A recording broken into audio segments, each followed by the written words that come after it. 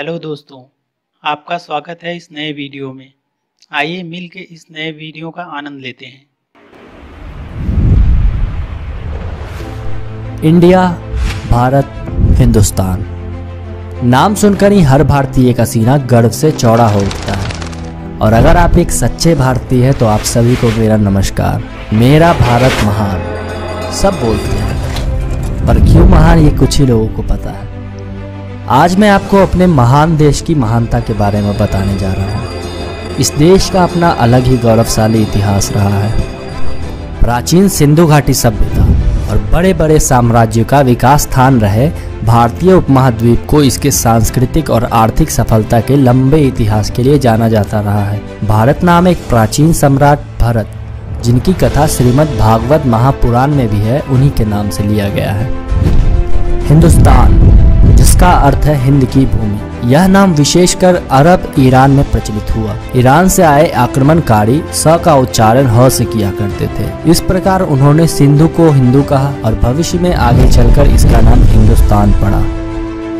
लगभग 10 करोड़ वर्ष पहले भारत एक द्वीप था। तब धरती पर डायनासोर घुमा करते थे। मौजूदा भारत का एक बड़ा हिस्सा कभी एक द्वीप हुआ करता था। कहते हैं कि गोंडवाना लैंड नाम से एक विशाल और प्राचीन महाद्वीप से अलग होकर भारत अस्तित्व में आया था।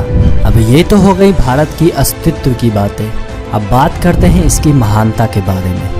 जीरो से लेकर पाई तक और पाई से लेकर चाय तक सब भारत की ही देन है। आज पूरी दुनिया भी इस बात पर राजी है कि दुनिया को शून्य की अनुपम देन भारत ने ही दिया है। जब यूरोप के लोग गणित का ककहरा सीख रहे थे, तब महान भारतीय गणितज्ञ आर्यभट्ट पाई की जटिल पहेली को सुलझा रहे थे। गणित में दशमलव पद्धति का आविष्कार करने वाले और दुनिया को शून्य से अवगत कराने वाले आर्यभट्ट दुनिया के पहले व्यक्ति थे। भास्कराचार्य ने खगोल शास्त्र यानी कि एस्ट्रोनॉमी के कई सौ साल पहले पृथ्वी के द्वारा सूर्य के चारों ओर चक्कर लगाने में लगने वाले सही समय की गणना की थी। उनकी गणना के अनुसार सूर्य की परिक्रमा में पृथ्वी को 365.258756484 दिन का समय लगता है। भारत 17वीं शताब्दी के आरंभ तक ब्रिटिश राज्य आने से पहले सबसे संपन्न देश था। क्रिस्टोफर कोलंबस भारत की संपन्नता से आकर्षित होकर भारत आने का समुद्री मार्ग खोजने चला और उसने गलती से अमेरिका की खोज कर ली।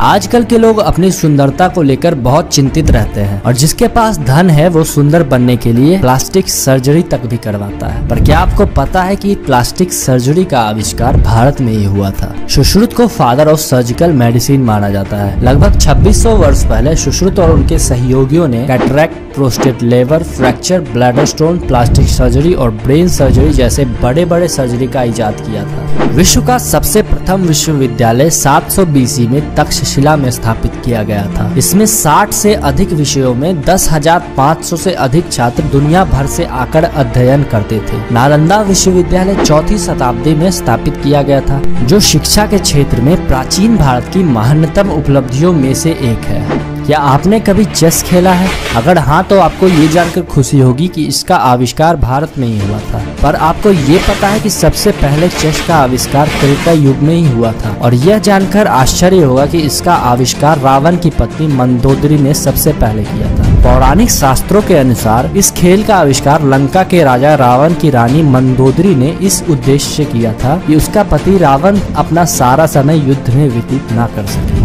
एल्जेब्रा, ट्रिग्नोमेट्री और कैलकुलस का अध्ययन सबसे पहले भारत में ही आरंभ हुआ था। और h² = p² + b², जिसे आज हम पाइथागोरस थ्योरम के नाम से भी जानते हैं, उस पाइथागोरस थ्योरम को भारतीय गणितज्ञ बुधायन द्वारा ज्ञात किया गया था। और उन्होंने इसकी खोज 6वीं शताब्दी में की थी, जो कि यूरोपीय गणितज्ञों से काफी पहले की गई थी।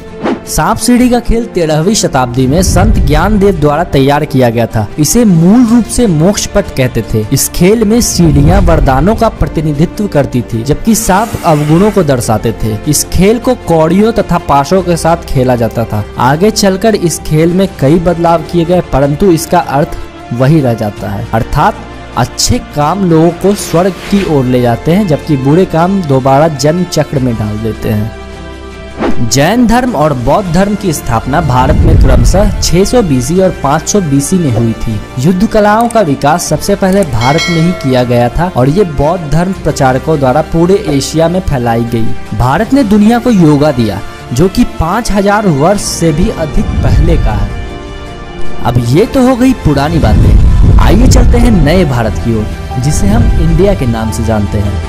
भारत का नाम इंडिया इंडस रिवर यानी कि सिंधु नदी से लिया गया है। अंग्रेजों को भारत के सभी पुराने नाम का उच्चारण करने में कठिनाइयां आई, इसलिए उन्होंने भारत को अपने हिसाब से नाम देने की कोशिश की। जब अंग्रेजों को पता चला कि भारत की पुरानी सभ्यता सिंधु घाटी को इंडस वैली भी कहते हैं, जिसका लैटिन भाषा में अर्थ इंडिया रखा गया है, तो उन्होंने भारत को इंडिया कहना शुरू कर दिया। हीरे की खोज सबसे पहले भारत में ही हुई थी। 1968 तक हीरा आधिकारिक तौर पर इंडिया में ही पाया जाता था।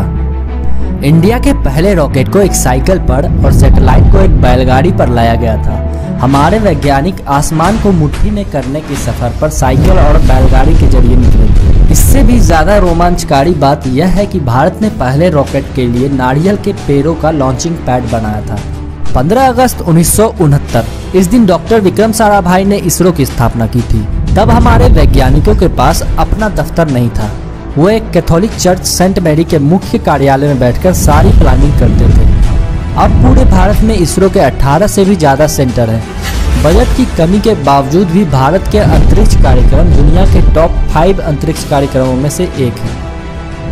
भारत दुनिया की दूसरी सबसे बड़ी आबादी है। 2020 तक भारत में 135.26 करोड़ से भी अधिक लोग हैं। वर्तमान में चीन 139.27 करोड़ के साथ दुनिया में सबसे अधिक आबादी वाला देश है। हालांकि भारत को 2024 तक पहला स्थान लेने की भविष्यवाणी की गई है, और हो भी क्यों ना, क्योंकि इंडिया में हर साल जितने बच्चे पैदा लेते हैं उतनी ऑस्ट्रेलिया की आबादी है। दुनिया भर में सबसे ज्यादा मस्जिदें भारत में ही है, जिसकी संख्या लगभग 3 लाख से भी अधिक है। गाय हमारी माता है, बचपन से ही हमें बताया गया है, और आज भारत दुनिया में दूध का सबसे बड़ा उत्पादक है। यहाँ सालाना लगभग 187 मिलियन मैट्रिक टन दूध का उत्पादन होता है।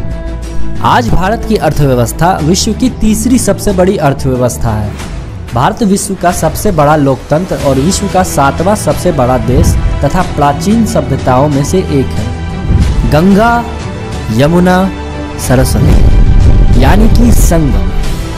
कहते हैं कि संगम में डुबकी लगाने वाले का सारा पाप धुल जाता है।